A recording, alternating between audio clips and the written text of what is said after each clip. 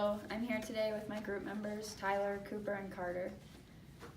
When you turn 18, so many things become legal to you. You can vote, you can gamble, you can enlist in the Army, and you're just a legal adult, but you still can't legally drink for 3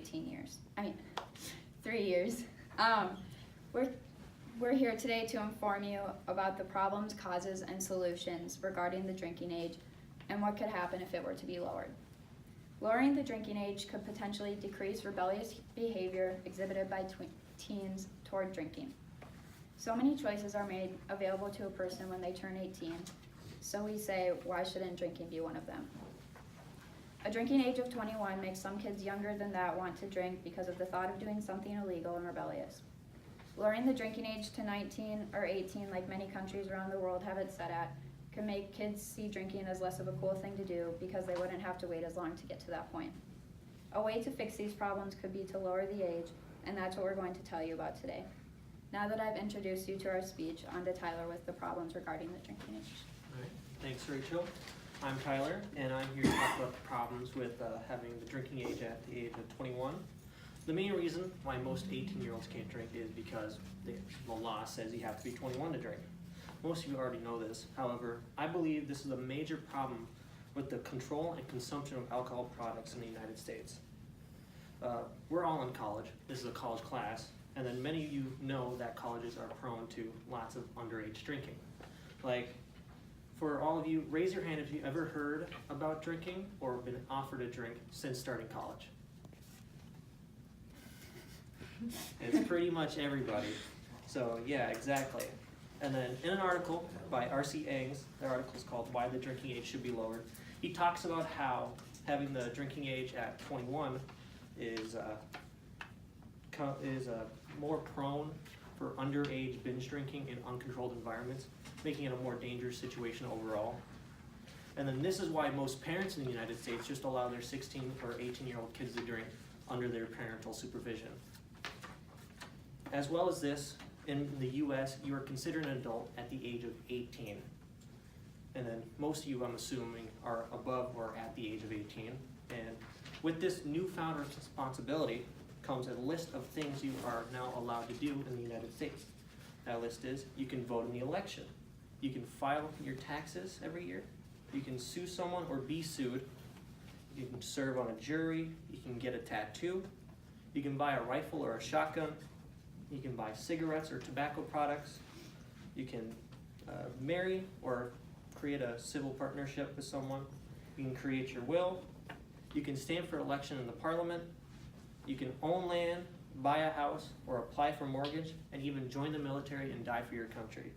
However, you still can't drink due to the law not allowing adults an alcoholic beverage. These are the problems I find with such a high drinking age of 21 in the United States. And next up is Cooper to talk to you about why a lower drinking age would be beneficial. All right, thanks Tyler. I'm Cooper, and I got a question to start it off. Raise your hand if you're 21 in here. 3 of you guys. I'm guessing you're the only 3 that have drank in this classroom too.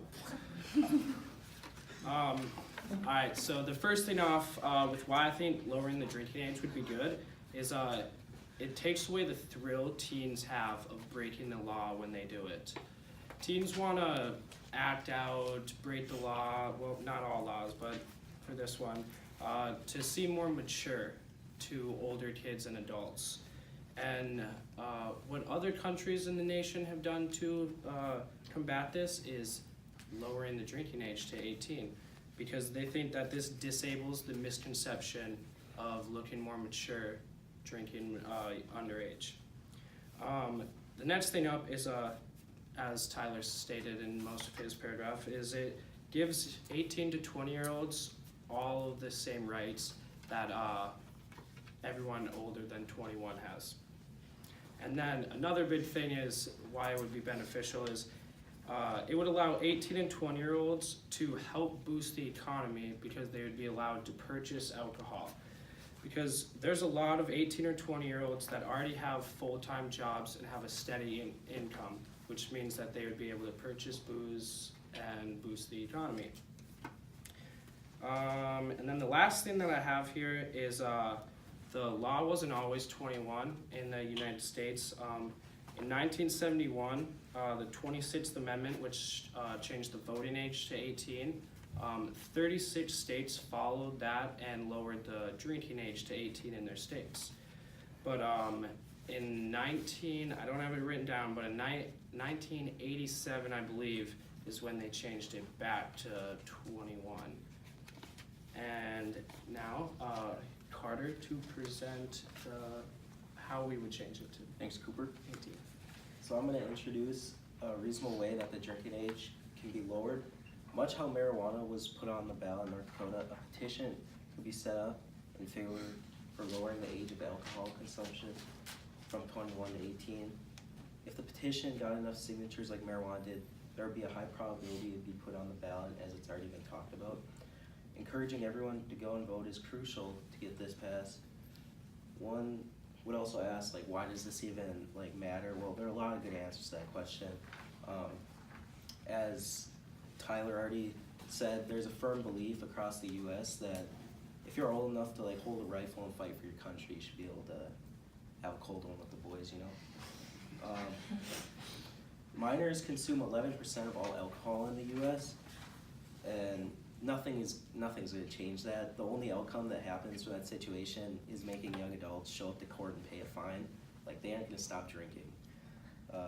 From a financial standpoint, the economy will benefit tremendously from lowering the legal age.